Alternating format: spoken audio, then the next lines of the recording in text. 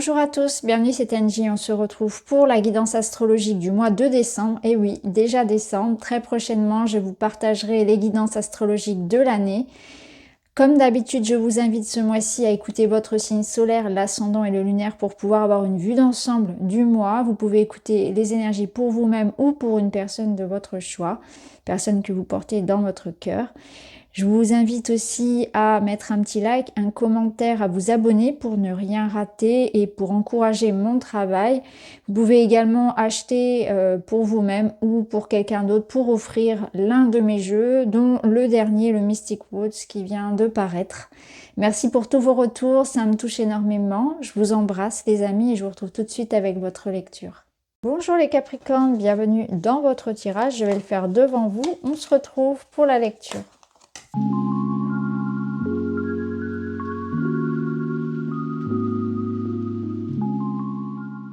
Voilà, allons-y. Alors, pour vous, la roue de fortune, ça bouge.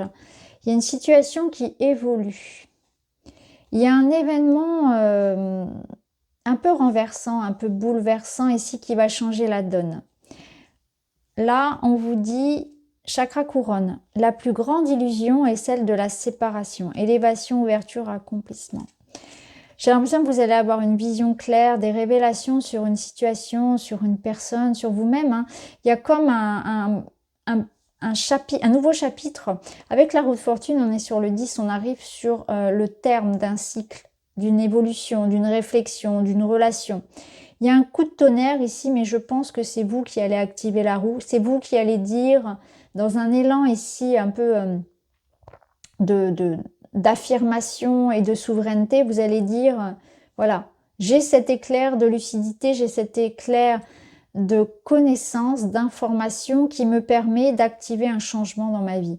Je dis stop à quelque chose, j'ai des réponses à mes questions, je trouve ma voie.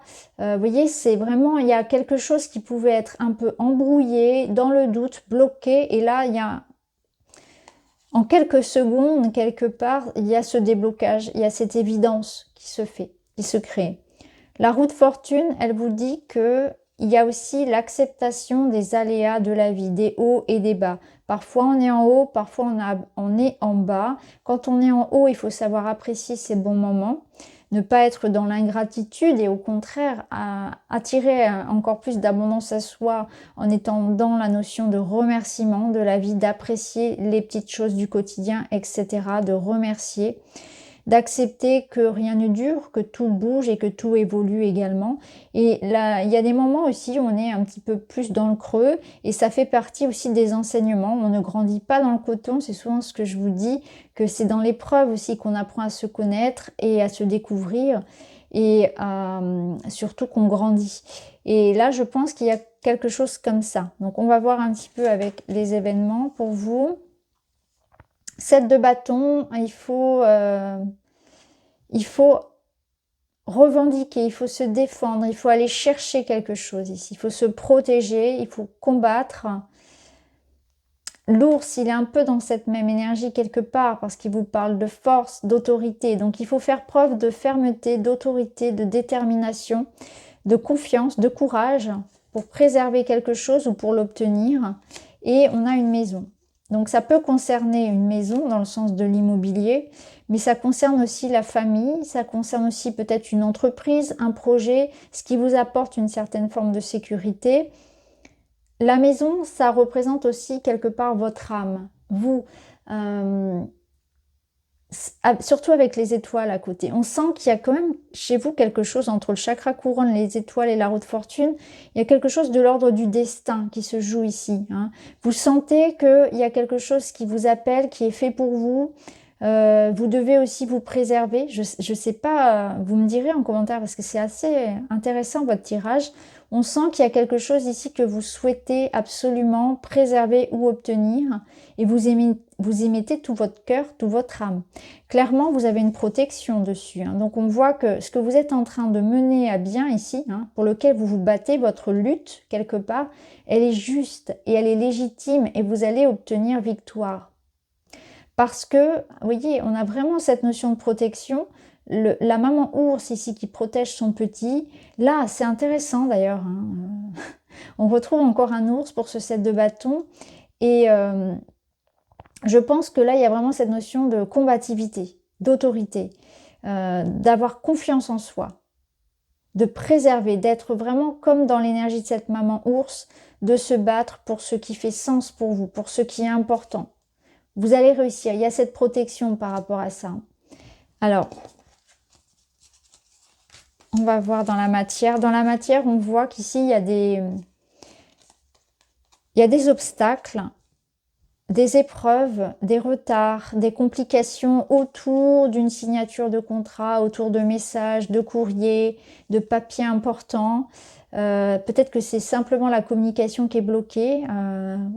Pour d'autres, ça va être l'inspiration hein, qui va être bloquée, hein, surtout si vous êtes auteur. Hein, ça peut être ça, auteur, créateur. On sent que voilà, il y a des blocages ici dans la manière de s'exprimer, dans l'information qu'on reçoit, dans les démarches administratives peut-être aussi.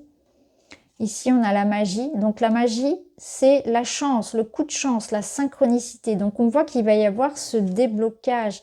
Clairement, la foudre, ça peut être un événement ici qui vient de faire tourner la roue. Hein. C'est-à-dire que là, il y a quelque chose qui s'enclenche. Effectivement, une boucle, la boucle est bouclée. Après les épreuves, hop, ça bouge, ça avance. Qu'est-ce qu'on a? 6 de coupe. 6 de coupe, c'est une énergie ici. Comment dire? C'est l'énergie de l'aide, de l'entraide, du soutien, de la gentillesse. Donc je pense qu'il y a une situation qui va s'apaiser. Il y a une situation qui s'apaise. Ça peut représenter par extension le passé, la famille, l'enfance. Donc vous voyez, si ça résonne comme ça peut être en lien avec une garde d'enfant, avec un enfant, une école, quelque chose que vous êtes en train de mettre en place depuis longtemps, un rêve d'enfant, quelque chose de familial. Vous voyez, ce qui est sûr, c'est que il y a eu des difficultés, il y a eu des blocages concernant ces papiers, ces démarches, ce contrat, cet accord peut-être, ou la communication, l'inspiration. Et là, ça revient en force, puisque avec la magie, les choses se transforment, les énergies se transforment, il y a des synchronicités, il y a des signes, il y a un coup de chance. Quelque part, il y a quelque chose qui se débloque. Hein. Alors, au niveau relationnel, reine d'épée, l'air, la communication. Donc là, on a vraiment cette notion de réflexion, de décision à prendre, d'analyse. Et vous avez, ne négligez pas votre instinct, il est le meilleur allié. Grâce à lui, des dangers et des déceptions sont évités. Très bien. Invitation, proposition, premier pas, vous allez être agréablement surpris. Bon, 2 énergies. Premier message. Votre instinct vous parle. L'air, ici, on voit avec la reine d'épée que vous allez avoir un ressenti et vous allez prendre la décision qui est nécessaire pour vous préserver, pour vous protéger de quelqu'un. Vous voyez, c'est ces ressentis-là qui vous disent non, là, je la sens pas ou je le sens pas, cette personne-là ou ce projet, peu importe, c'est pas pour moi, il y a anguille sous roche.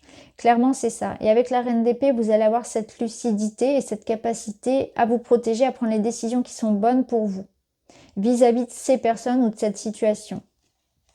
Ici, on a un bouquet. Donc, il y a quelque chose qui vient à vous, qui vous apporte quand même voilà, une surprise. Quelqu'un fait le premier pas, quelqu'un vous propose, quelque chose vous invite. Donc, il y a un message quand même, alors ça peut être ça, hein, quelque chose qui se débloque ici, où, voilà, je reçois un message, ça me fait plaisir, et on voit que ça peut enchaîner sur voilà, des communications. Donc, des communications, des réflexions. J'accepte l'invitation, j'accepte le premier pas de cette personne. Ça peut être dans le sens d'une réconciliation, hein, bien évidemment. Mais on voit aussi que vous allez avoir beaucoup de lucidité et de discernement par rapport aux personnes qui vous entourent de manière générale. Et vous saurez à qui vous pouvez faire confiance ou pas. Et vous allez faire du tri. Ça, c'est sûr. On verra, on ira voir plus en détail dans la vidéo relationnelle. Là, on retrouve l'énergie du messager. il y a un message clair, important qui vient. Ce message, ça peut être un message concret, c'est-à-dire un SMS, un coup de fil, etc. Mais c'est trouver aussi l'éclair en soi, l'intuition, la lucidité. Et c'est ce qu'on avait ici, c'est-à-dire qu'il va y avoir une évidence, une révélation par rapport à quelqu'un ou par rapport à vous-même ou une situation. Et ça vous permet de rebondir. Hein. Il y a vraiment ce que je ressens, c'est qu'il y a la notion de rebondir sur une situation d'échec. Donc il y a un renouveau, il y a une situation peut-être que vous n'espériez plus, vous n'y croyez plus, vous avez peut-être même baissé les bras. Et là, voilà, il y a comme une solution qui est trouvée ou une aide extérieure, un premier pas qui est fait vers vous. Voilà, il y a quelque chose qui s'enclenche, une chance, une synchronicité, un coup de baguette magique là qui ramène ce pouvoir, cette capacité à vous relever et à rebondir sur une situation. Dernier message, le 2. Je suis à l'écoute de mes ressentis. Avant d'agir, je suis attentif à ce que je perçois et j'en tiens compte. Est-ce que je ressens de la fluidité ou des freins dans une action? Je fais le point et j'écoute cette petite voix intérieure. C'est ce qu'on vous disait tout à l'heure, c'est que avant d'agir, avant de décider, avant de vous engager peut-être avec quelqu'un, eh bien vous allez ressentir, vous voyez, des petits détails. Il va y avoir quelque chose comme ça, où vous allez ressentir si c'est bon ou pas pour vous. Ça, c'est clair, c'est évident, c'est ressorti dans tout votre jeu. Écoutez votre intuition, vous allez savoir d'emblée si ça, c'est bon pour vous ou pas.